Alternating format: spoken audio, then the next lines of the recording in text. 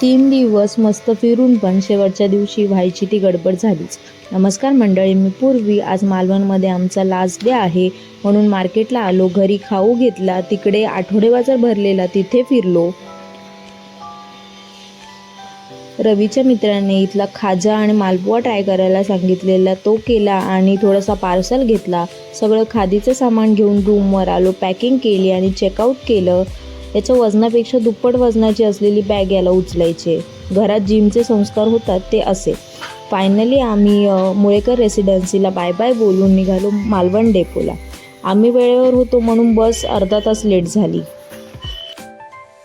अर्धा तास वाट बघून पण आम्ही चुकीच्याच बसमध्ये चढलो। कंडक्टरने मेहरबानी दाखवून आम्हाला योग्य त्या बसमध्ये बसवलं खरं, आणि नागमोड्या वेळेनं ना पोटामध्ये गोळा आणत होती।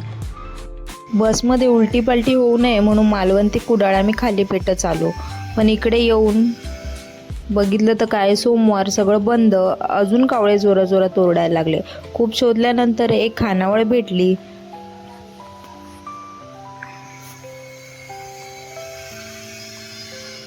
मग सोडतो की काय, मस्त गळ्यापर्यंत येऊस तोवर सुरमई खाल्ली।